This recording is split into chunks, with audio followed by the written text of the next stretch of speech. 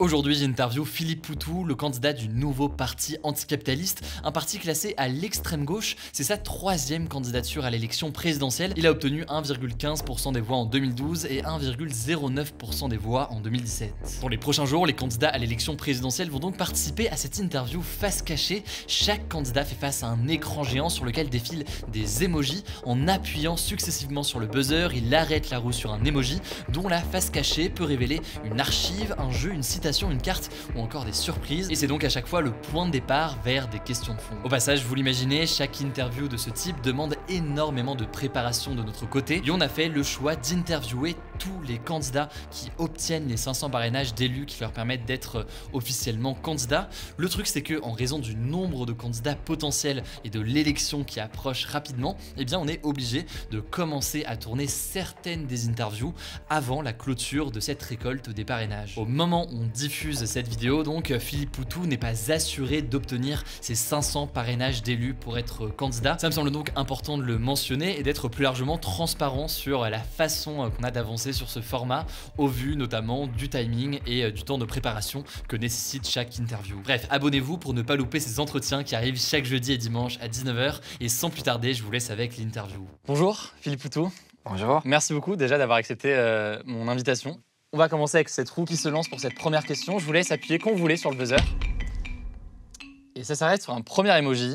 C'est donc un journal. Jusqu'ici, tout va bien. Derrière cet emoji, il y a un titre d'article qui a été publié récemment. Je vais vous montrer le titre de l'article. Je vous laisse le lire à voix haute et ensuite me faire part de ce que vous ressentez à sa lecture. Alors, c'est l'Express. L'ancien candidat à la présidentielle, Philippe Poutou, annonce avoir été licencié. Voilà, donc le sous-titre, c'est l'ancien candidat du NPA à l'élection présidentielle de 2017 a reçu vendredi son autorisation administrative de licenciement. Donc ça doit dater de 2018, il y a 2 ans, 3 ans, non, plus que ça. Ouais. Ça passe vite le temps. Ouais, ben, c'est le licenciement de l'usine Ford. Voilà, il y a une bataille de 12-13 ans à peu près contre la fermeture de l'usine. On a réussi à un moment donné à faire reculer Ford et puis au bout du compte, on a fini par perdre face à la multinationale Ford qui a liquidé toute l'usine et 1 millier d'emplois à peu près. Là, il y a l'autre usine à côté qui va être aussi certainement liquidée. Et puis voilà, et puis à côté de ça, les pouvoirs publics à ce moment-là ont laissé faire, même s'il y avait des grands coups de gueule du ministre Le Maire à l'époque ou même de Macron qui était intervenu dans le dossier, mais finalement ils ont capitulé, ils ont laissé Ford, mais comme ils laissent aujourd'hui plein d'usines fermées. Voilà, donc c'est l'histoire, mon histoire, c'est l'histoire de milliers de salariés, de dizaines de milliers de salariés, et c'est toujours d'actualité aujourd'hui. On voit les licenciements et les fermetures et les liquidations qui se multiplient, y compris pendant la crise sanitaire. Ça, effectivement, Bruno Le Maire avait réagi notamment en fustigeant l'attitude indigne de Ford, ouais, en disant qu'en rejetant toutes les offres de reprise de l'usine, ouais, dans laquelle vous travaillez, en fait, ça ne laissait pas beaucoup d'options. Qu'est-ce qu'il aurait fallu faire en tant que, si vous êtes président, dans ce genre de situation, parce que vous parlez notamment d'interdire les licenciements. Comment est-ce que ça se passerait typiquement dans cette situation qui a été la vôtre? Et c'est pour ça que c'est important aussi d'en parler. Alors là, c'est pas si je suis président, on imagine, nous, que c'est une question de rapport de force. C'est pas juste une élection ou un changement de président. C'est vraiment la question de la remise en cause de l'organisation capitaliste des choses. Donc là, il y a un pouvoir patronal qui est lié à sa propriété. Ford possède l'usine, produit ce qu'il veut et comme il veut, et c'est lui qui gère financièrement. Et puis quand il dit, là, c'est pas facile ou on peut plus, il ferme. Et ça, c'est légal. C'est parce qu'il y a la propriété. Et donc le pouvoir patronal, il dépend de cette propriété-là. Donc nous, la réponse qu'on a, c'est évidemment de résister le plus possible pour empêcher des plans de licenciement, mais on voit qu'on n'est pas assez fort pour ça et que de toute façon, ce qui l'emporte, c'est la volonté patronale. Donc la seule façon d'empêcher ce pouvoir de nuisance, la seule façon de contenir tout ça, c'est de reprendre la propriété. Donc nous, on parle de réquisition. Pour Ford, on défendait l'idée de la réquisition. Donc l'État, pour faire simple, pour expliquer à tout le monde. C'est la puissance publique qui réquisitionne. Alors malheureusement, l'État et la puissance publique sont plutôt complices des patrons, donc c'est un peu difficile, mais c'est là où ça pose le problème de bataille de salariés, mais pas tout seuls dans leur coin, en lien avec la population. C'est pour ça qu'on parle de convergence des luttes, public-privé. En fait, l'emploi d'une personne quelque part, c'est l'emploi de tout le monde. Donc c'est essayer aussi de faire... Mais ça passe forcément par la réquisition ou l'expropriation. C'est les idées que nous on défend, c'est-à-dire reprendre l'outil de travail et le collectiviser et le mettre soit c'est l'État qui reprend, mais aussi ce qui compte, ce serait que les salariés en autogestion ils puissent contrôler leur propre outil de travail et décider de décider même comment ils produisent, de quelle manière ils organisent la production. Et donc tout ça, ce serait important. Mais là, ça relève d'un problème politique de fond, de démocratie au sein de la société en général, quoi. On va passer à l'emoji suivant, si ça vous va. Ça redéfile et je vous laisse taper quand vous voulez. Ah, mais de suite. On perd pas de temps. C'est ça, on perd pas de temps. En fait, Ça c'est prendra long, un maximum de questions. okay. Le temps que ça s'arrête quand même. Donc là, en l'occurrence, l'emoji, c'est un emoji avec une bulle de conversation. Le principe, c'est quoi? Il y a un texte qui va s'afficher. C'est en fait une déclaration qui a été faite par un candidat. Je vous propose d'abord de la lire à voix haute et ensuite de deviner qui a prononcé ces mots que vous allez voir. Est-ce que oui ou non, vous serez candidat en 2022? Non, je serai à la retraite. C'est moi qui l'ai dit. Effectivement. Je me demandais si vous alliez le voir. C'était vous, effectivement, en 2017 chez France Info. Ouais. Qu'est-ce qui s'est passé? Qu'est-ce qui a fait que vous avez du coup... Non, mais c'est bien de parler de ça, parce que, ben oui, mais même en 2017, quand j'étais candidat la première fois, j'avais dit que je ne le serais pas en 2022, en 2020. Non, en 17. Voilà. On verra en 2027. Et là, oui, 2022, pareil. Ben ouais, parce qu'en fait, mais même collectivement, c'était pas prévu comme ça, parce qu'il n'y a aucune raison que ce soit toujours le même ou la même qui soit là. Et là, entre autres, c'était toujours après Olivier Besancenot à 2 reprises, moi à 2 reprises. C'était évident pour tout le monde qu'on change, et puis surtout qu'on pense à ce que ce soit une camarade qui nous représente. Et donc, c'était prévu comme ça. Alors moi, je le faisais sous forme d'humour, parce que j'ai 55 ans et nous, on est pour la retraite à 55 ans pour les travaux pénibles. Et donc, comme j'avais fait les 3-8 pendant très longtemps, je dis, moi, je serai à la retraite, donc ça sera plus moi. Et là, ben ouais, on n'a pas réussi ce qu'on voulait faire, parce qu'on maîtrise pas tout. Et l'élection présidentielle, c'est compliqué, parce qu'il nous faut des parrainages. Et des parrainages, il en faut 500, des parrainages d'élus, donc, et on n'a pas d'élus, donc il faut aller les chercher. Et c'est très compliqué. Donc, le calcul qu'on a fait, en plus, on était en pleine crise sanitaire quand on a décidé de la candidature, donc en juin dernier. Et toutes ces difficultés-là, puis en plus, on est un parti avec des forces plutôt limitées. Et on s'est dit, ben ouais, un visage déjà connu, déjà dans le paysage politique, ça ne pouvait que nous aider pour obtenir les parrainages, alors qu'on savait que ce serait quand même assez compliqué. Sachant qu'il y a eu aussi là-dessus des tensions au sein même de votre parti. Donc je rappelle, le nouveau parti anticapitaliste, avec un candidat, Anas Kazib aussi, qui s'est porté candidat finalement de son côté aussi. Donc ça montre aussi un choix qui n'est jamais évident. La particularité du NPA, c'est que ça fait 10 ans qu'on a des tensions. Donc en fait, il n'y a pas de nouveauté là-dessus. On a toujours eu des camarades qui ont refusé de faire la campagne, qui sont partis. Enfin, voilà, on a une vie un peu mouvementée, une vie interne. Mais bon, il n'y a pas que le NPA, beaucoup d'organisations à gauche ou syndicales. C'est aussi un peu un signe des temps, quoi. La crise, elle fait mal à tout le monde. Et on espère qu'au bout du compte, ça sera le bon calcul. Mais en 2027, je serai vraiment à la retraite. Alors vous pouvez garder l'image. Et si je suis candidat en 2027, mais là, c'est catastrophique. Là. On verra ça. On va remettre du coup la roue avec les emojis qui défilent et je vous laisse le stopper. C'est fait. Très bien. On perd pas de temps, c'est des livres, comme vous le voyez, jusqu'ici tout va bien. Concrètement, derrière cet emoji, il y a une définition qui va s'afficher. Et donc je vous propose de lire cette définition, que vous puissiez la lire, et ensuite on va pouvoir en parler. La définition du coup c'est la suivante, je vous laisse la lire. Capitalisme, système économique et de société dont les fondements sont l'entreprise privée, la liberté du marché et la recherche du profit. Donc ça, c'est d'après le Larousse. C'est une combinaison de plusieurs éléments qui viennent du Larousse.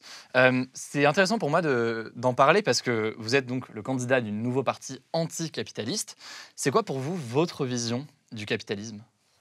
Bah oui, mais là, la définition, elle est pas mal, quoi. Enfin, nous, on est anticapitaliste, c'est-à-dire qu'on pense que, en fait, au départ, tous les problèmes aujourd'hui d'inégalité sociale, de précarité, enfin, toutes nos difficultés, la souffrance, les licenciements, enfin, tous les sujets, puis même la crise environnementale, la question des migrants, enfin, tout. Nous, on pense que tout ça, c'est lié à un système politique et économique, c'est le capitalisme, parce qu'en fait, c'est une société qui est dirigée par ceux qui possèdent, et donc ceux qui dirigent l'économie, leur seul problème, c'est le profit, c'est la rentabilité à court terme, et en aucune manière, il s'agit d'une économie qui est tournée vers les intérêts de la population ou tout simplement les questions environnementales. Donc nous, on pense que ce système-là, il est complètement pourri. Puis d'ailleurs, les décennies passant, la crise s'approfondit et les réponses du capitalisme à la crise ne font qu'aggraver la crise. Vous aviez le slogan en 2017, nos vies, pas leur profit, qui était important. Oui, mais du coup, nous, on pense que c'est vraiment une question de système qu'il faut qu'on discute. Et donc oui, on est sur le renversement de ce système-là. Et même, ce qu'il y a de plus réaliste, c'est de discuter de ça, parce que sinon, on va à la catastrophe. Et pour aller vers quoi, du coup? Parce que très concrètement, avant le NPA, il y avait la Ligue communiste révolutionnaire.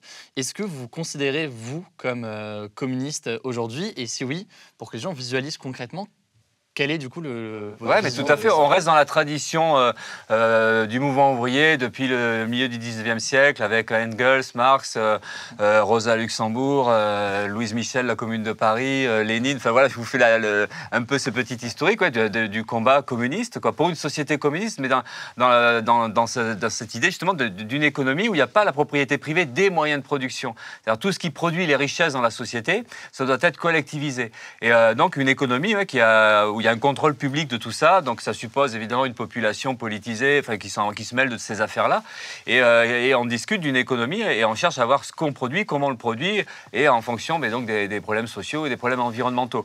Et donc on est dans cette idée-là. Alors après on s'appelle Nouveau Parti Anticapitaliste, parce qu'après on voulait construire un parti un peu plus large que l'ALCER. On n'a pas vraiment réussi, parce qu'on voulait englober des courants libertaires, enfin des militants comme a essayé de faire aussi Jean-Luc Mélenchon, peut-être sur légèrement politiquement un peu différent, mais un peu moins radical et un peu moins anticapitaliste. Mais c'est vrai que voilà, de toute façon, forcément, il y a des problèmes. On essaie de trouver des réponses. On voit bien qu'il y a une faiblesse politique du côté des opprimés, et on essaie de voir comment on peut reconstruire des outils qui nous permettent de se défendre. Et donc c'est la question de comment on construit un parti en regroupant qui, où c'est qu'on met la délimitation. Voilà. Donc l'histoire du Nouveau Parti Anticapitaliste, c'est ça. Mais l'objectif, c'est le renversement de cette société-là, mais à l'échelle planétaire. C'est intéressant d'avoir cette définition pour comprendre votre vision sur l'état de la société aujourd'hui. On va passer du coup à la prochaine question. Je relance la roue et je vais vous laisser du coup la stopper. On est sur un chronomètre. L'idée du chronomètre, c'est quoi? C'est que je vais vous poser une série de questions et en 1 minute, vous allez devoir répondre à un maximum de ces questions. Le principe, tous les candidats vont le faire, c'est concrètement de mieux comprendre votre programme, de connaître certains aspects, certains détails de votre programme ou de votre vision, là aussi, de la société. Et donc, vous allez avoir 60 secondes pour répondre par oui ou par non à chacune de ces questions. Vous êtes prêts? Mais 60 secondes en tout? En tout. Pour toutes les questions? Oui, pour toutes les questions. Pour un maximum de questions. Ah ouais. Et après, on pourra éventuellement voir en détail certains éléments. C'est sportif. C'est sportif. Mais l'idée étant, au-delà des autres questions, on prend le temps sur celle-ci de pouvoir avoir aussi voir d'autres sujets qu'on n'aurait pas le temps d'aborder autrement. Première question, faut-il légaliser le cannabis? On dit oui. Si vous êtes président de la République, est-ce que vous habiteriez à l'Élysée? Non, ça m'en va. Faut-il supprimer le défilé du 14 juillet? Oui. Faut-il interdire le Nutella? Oui, tel qu'il est, oui. Est-ce utile d'aller sur Mars? Je peux pas dire. Okay. Nathalie Arthaud pourrait-elle être votre première ministre? Ça sera compliqué, pour plein de raisons. Est-ce que vous êtes favorable à l'uniforme à l'école? Non, a priori non. Faut-il maintenir le pass vaccinal? Non. Faut-il quitter l'Union européenne? C'est compliqué, oui, non, là, comme ça, c'est compliqué. Ça serait plutôt sortir de cette Union européenne ultralibérale, oui. Faut-il autoriser l'euthanasie en France? Je pense que oui. Le président de la République a-t-il trop de pouvoir aujourd'hui? Bien sûr. Achetez-vous sur Amazon? Non. Peut-on aimer son travail? Oui, c'est très très difficile aujourd'hui, de plus en plus difficile, mais il y en a certainement qui doivent un peu apprécier ce qu'ils font. La Russie est-elle un allié de la France? Je pense que ni allié, ni non, a priori non. On va passer à la question suivante. Pour ça, du coup, on remet la roue et je vous laisse la stopper. Ouf, c'est pas évident. Alors, c'est l'emoji vidéo. Derrière cet emoji, vous l'aurez compris, il y a une vidéo. On va donc la regarder ensemble et en parler juste après. Cette vidéo, je vous préviens, elle ne devrait pas trop vous surprendre. Je pense que vous la connaissez, mais elle va être justement intéressante à analyser ensemble juste après. On la regarde tout de suite. Fillon, voilà, il est en face de moi. Que des histoires, et plus on fouille, plus on sent la corruption, plus on sent la triche. Et à côté de ça, donc, en plus, c'est des bonhommes qui nous expliquent qu'il faut la rigueur, qu'il faut l'austérité, et eux-mêmes, ils piquent dans les caisses publiques, donc il y a quand même un petit problème de ce côté-là. Là, après, vous pourrez parler. Non, monsieur Fillon, vous pourrez parler après. Pas comme ça. Oui, non, d'accord. Hein? Oui. Ah, merci. Donc, bon, c'est ce que j'ai dit. Je l'ai dit. Vous aviez marqué les esprits en 2017 et beaucoup de gens vous ont peut-être connu avec ces punchlines qui ont été lâchées lors d'un débat de premier tour en 2017. Est-ce que vous trouvez que les médias vous réduisent trop aux candidats justement capables de lâcher des punchlines et parfois trop? D'abord, on n'est quasiment pas invité ou jamais invité. Il n'y a que dans les campagnes présidentielles où là, il y a une obligation d'égalité de temps de parole ou une obligation d'équité. C'est là où on apparaît un peu plus. Et donc déjà, il y a ce problème-là. Ensuite, c'est vrai que, mais il n'y a pas que nous, c'est que la politique, elle se résume beaucoup à des phrases, quoi. Enfin, même quasiment que ça, quoi, des phrases ou ce qu'ils appellent des buzz. Et ça déforme un peu, effectivement, les choses. Et puis ça évite de vraiment discuter, de vraiment confronter des idées. Il y a un côté un peu artificiel. Bon, là, du coup, là, on en a profité. Il y a eu quelques phrases, quelques choix. Parce que dans votre cas, c'est un choix de porter ce ton-là lors d'un débat. Ah ben de toute façon c'est ce qu'on est ou c'est ce que moi je parle comme ça, donc je vais pas. Après c'est vrai que la particularité c'est que c'est la seule fois d'ailleurs où on a en face de nous juste à côté tous les candidats et puis tous ceux qu'on n'aime pas en fait, tous ceux qu'on peut pas voir en peinture et à qui on a des tas de choses à dire. Donc c'est ce que je dis à un moment donné je crois dans le débat, c'est qu'en fait j'essaie de porter la parole, enfin tout ce que on a envie de dire merde, on a envie d'exprimer notre colère et on a ces gens-là qui sont responsables de la souffrance de plein de gens, qui sont responsables parce que ce sont des choix politiques qui condamnent des gens à la misère ou à des tas de difficultés, donc on est là en face d'eux, et puis en plus ces gens-là sont des gens corrompus, donc si on peut le dire, voilà, tant mieux, mais l'émission n'était pas faite pour ça, on avait une réunion nous ensemble, des camarades du NPA pour préparer l'émission, et en fait on essayait de justement, c'était tous saucissonnés, et puis on essayait à chaque thème de placer un peu des éléments de notre programme, et on nous avait conseillé de ne pas attaquer les autres candidats. Et là, c'est sorti parce que c'était impossible à un moment donné de ne pas dire ce qu'on avait envie de dire. Voilà. Mais c'est vrai que ça a fait du buzz. Mais en fait, il y a le buzz au niveau de la phrase ou de la formule. Mais en fait, ça a provoqué beaucoup de fierté chez plein de gens. Et parce qu'en fait, et c'est ça que nous aussi, on essaie de faire dans la campagne électorale. Vous n'avez pas de regret sur cette posture-là Ah non, pas du tout. Mais de toute façon, après, il n'y a aucun. Même le t-shirt qui avait fait beaucoup fantasmer tous les réacs, ça fait partie de ce qu'on est de toute façon, ou de ce que je suis, de ce qu'on est collectivement. Mais ce qui est important, c'est que, et c'est ça qu'on voudrait refaire dans cette campagne-là, on subit tellement l'idéologie dominante, on subit tellement que des trucs ultra-libéraux, même racistes, fascistes. Enfin, l'ambiance de la campagne aujourd'hui, elle est terrible pour ça. Et donc, on étouffe, quoi. On étouffe, et puis on sait qu'on est des millions à avoir envie d'entendre autre chose ou de dire autre chose. Et le fait que nous, on le dise, on n'est pas des super-héros, mais le fait de le dire, eh ben, ça peut faire du bien. Et même, ce qu'on espère, c'est que ça puisse redonner de la confiance, redonner de la légitimité à des combats. Et derrière, aider à ce qu'on reconstruise une mobilisation sociale, quoi. Et vous aviez dit, à l'époque, il me semble que c'était chez Jean-Jacques Bourdin, que vous aviez parfois peur de dire des conneries dans ce genre de débat. Ça pose aussi une question plus large de se sentir légitime dans ce genre de débat. Est-ce que vous vous sentez légitime quand vous êtes présent ici ? Et ici, pas ici, là, mais ici, dans ces débats de premier tour. Et est-ce que cette légitimité, elle vient du coup d'un sentiment de se sentir représentatif de la population ? Comment est-ce que vous voyez cette question de la légitimité, nous, on la pense collectivement. On pense que notre parti, aussi petit soit-il, aussi fragile soit-il, par rapport à ce que vous disiez tout à l'heure avec les débats internes compliqués, il est archi légitime. On est des militants, on milite toute l'année, on est investi dans les luttes, on est investi dans plein de choses. Et elle se pose collectivement. Que moi, je sois légitime, pas plus que des tas de camarades, que l'ensemble des camarades d'ailleurs. Donc voilà, c'est moi, il faut en choisir un. Mais on a cette légitimité-là. Et la légitimité, donc, c'est celle d'un parti de militants, de militantes. Et c'est celle aussi de l'idée anticapitaliste. Il faut qu'elle soit représentée, cette idée-là.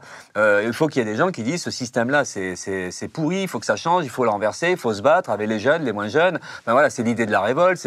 Donc ça, c'est ça qui est légitime. Et c'est ça qui fait que moi, j'ose faire ça. Sinon moi, là-dedans, dans les plateaux télé, d'ailleurs, c'est hyper dur, un plateau télé, parce que tout le monde est hyper bien habillé et on a l'impression qu'en fait, on n'a rien à faire ici.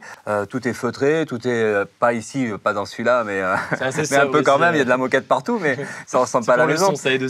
Mais c'est vrai que c'est tout. En fait, tout est fait pour qu'on ne se sente pas à l'aise. C'est pas chez nous, c'est pas notre milieu, c'est pas notre monde. Et donc, c'est toujours très difficile.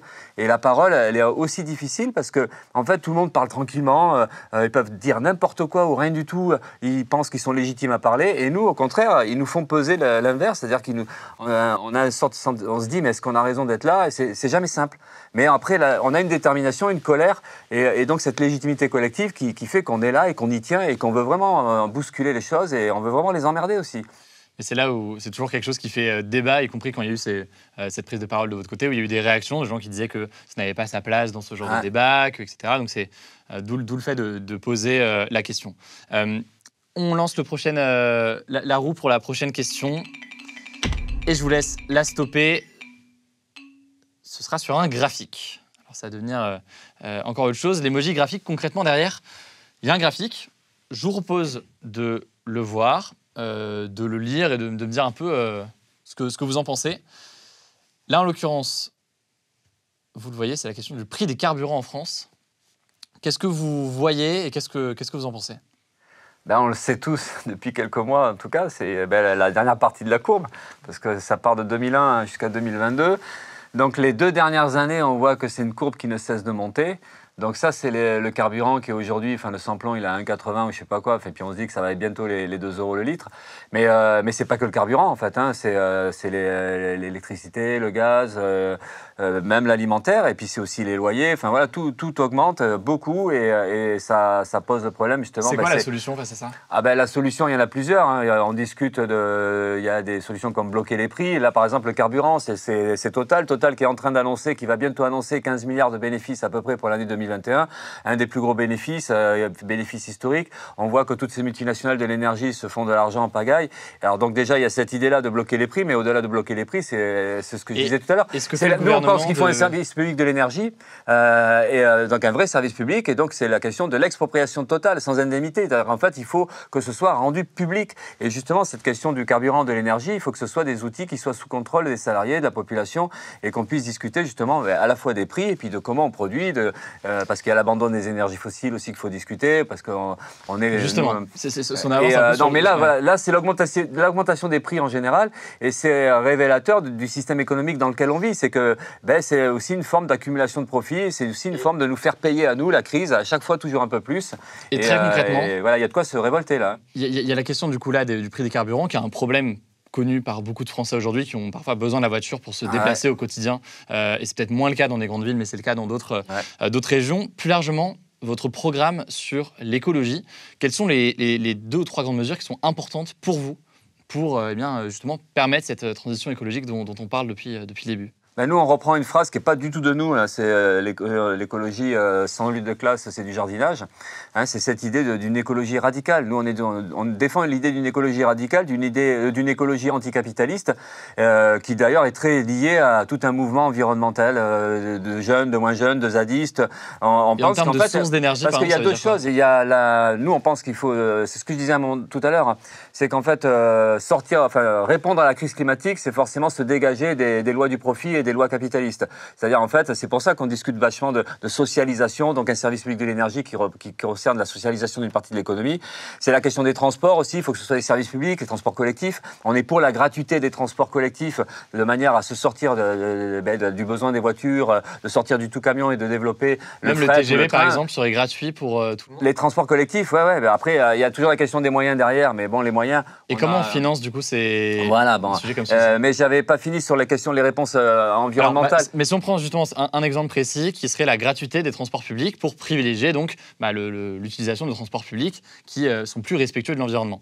Comment est-ce qu'on fait en sorte de rendre ça gratuit? Combien ça coûte et comment est-ce qu'on le financerait? Ça coûterait très cher, mais vous avez une idée de combien ou pas? Précisément non, franchement, on ne sait pas. Mais par contre, on sait combien coûte à peu près le capitalisme en termes de chômage, de précarité, de sous-emploi, de souffrance au travail et de mortalité liée à la pauvreté. Donc ça, on pourrait, il y a plein de chiffres, on pourrait débattre là-dessus. C'est-à-dire le coût du capitalisme, le coût de cette économie-là, il est énorme. Et nous, on essaie de répondre justement qu'une économie qui fonctionnerait différemment, elle apporterait des solutions autres. Et sur la question des transports, ok, ça coûte cher, mais alors là, on a quelques chiffres. C'est le rapport Oxfam, on s'en sert beaucoup en ce moment. Hein, l'ONG Oxfam, qui est une ONG mondiale qui lutte contre la précarité, contre la pauvreté, les inégalités. Et ils disent tout simplement, il y a un chiffre qui est fabuleux, hein, c'est les ultra-riches en France, hein, c'est 43 milliardaires. Ils sont accaparés, ils ont augmenté leur fortune de 236 milliards d'euros en 19 mois. C'est-à-dire les 19 mois de la crise sanitaire. Et nous, on dit, nous, on n'est pas très fort en mathématiques, mais on se dit, il y a un truc arithmétique, là, 236 milliards, et bien ceux-là, on les reprend et on les redistribue différemment. Et en fait, le problème de la redistribution des richesses, parce que c'est ça qui est posé, quoi, on sait que ça ne viendra pas d'en haut. Hein, les mythes du ruissellement, vous allez voir, plus on est riche, plus on fera profiter la population, c'est des conneries. Donc du coup, si on veut vraiment que la population, elle profite des richesses collectives, des richesses qui d'ailleurs sont produites par le travail de millions et de dizaines de millions d'individus, pour en profiter, ça veut dire que c'est à nous d'aller le chercher. Et aller le chercher, ça pose le problème d'un combat politique, ça pose le problème d'une mobilisation générale de la population, et ça pose le problème de la remise en cause de la propriété. En fait, il faut enlever le pouvoir aux riches. On passe à la prochaine question, pareil, toujours. Je vous laisse appuyer, ça va s'arrêter sur un téléphone. C'est un téléphone en l'occurrence. Ce téléphone concrètement, c'est un écran de téléphone qui va apparaître. Et derrière du coup ça, il y a des applications à l'intérieur. Je vous propose du coup qu'on voit déjà ce téléphone en question. Vous voyez différentes applications, je ne sais pas si vous arrivez à lire, enfin il y a du Netflix, Airbnb, YouTube, Uber, Deliveroo, etc. On peut se poser la question, quand on est anticapitaliste, qu'est-ce qu'on fait typiquement si demain on est président de toutes ces sociétés qui sont existantes en France? Si on centre un peu la question, première question par exemple sur Uber et Deliveroo, ces applis de livraison, enfin Uber Eats plus précisément et Deliveroo, qu'est-ce qu'on fait avec Philippe Poutou, président? Qu'est-ce qu'on fait de ces applications et de ces services? Alors, pas avec Philippe Poutou président, mais avec un pouvoir différent et une société un peu organisée différemment, moi, je pense qu'il y a plein de choses qui vont disparaître parce que la plupart de ces délibéraux et tout ça, c'est les résultats des attaques contre le droit des salariés, le code du travail, la libéralisation, la précarisation de l'emploi. Et tout ça, ça naît là-dessus, quoi. Il est évident que si on discute de protection sociale pour l'ensemble de la population, si on discute de statut non précaire et avec des salaires normaux, avec des vrais revenus, c'est évident que ça ne peut plus exister. C'est vrai que donc du coup ça disparaîtra. Donc ça disparaîtra pas d'autorité, mais en fait le fond du problème c'est d'arriver à faire une société qui respecte tout le monde et donc on rediscute des recrutements, de la formation, des salaires décents. Nous on pense qu'il faut un SMIC à 1 800 € minimum, un revenu même pour toute la population qui permette de vivre, notamment pour la jeunesse, un revenu d'autonomie. Donc à partir du moment où on discute de ces bases-là qui sont pour nous les fondements d'une société solidaire, d'une société qui permette à tous ça gicle forcément en conséquence. Et dans quelle mesure est-ce qu'on en est capable et qu'est-ce qu'on peut mettre concrètement en place? Justement, un Uber Eats, un Deliveroo, c'est des services qui ont beaucoup recours à effectivement des contrats qui ne sont pas forcément des contrats de salariés. Justement, c'est une question que vous posez là. C'est quoi concrètement? C'est se dire, demain, dans ce modèle de société que vous imaginez, un Deliveroo, un Uber Eats ou un équivalent, c'est quoi? C'est une obligation d'avoir un statut de salarié en tant que livreur? Non mais même ça, est-ce que Deliveroo, Uber Eats, est-ce qu'on en a besoin vraiment? Enfin, Après le problème, nous, ce qu'on discute, c'est qu'en fait, on n'a pas un plan de la société de demain qui est complètement établi. C'est que nous, on discute que déjà, il y a des droits pour toutes et tous, égalité des droits, la bataille, et puis donc la mise en place d'une société qui justement se pose le problème de comment on répond aux besoins de la population. Après, dans l'exactitude, comment ça se passe, on ne sait pas, parce que l'idée, c'est quand même l'autogestion, c'est par en bas, c'est comment dans les quartiers, dans les villes, dans les régions, même à un niveau national ou international, c'est comment la population s'organise, fait de la politique et puis met en place des choses.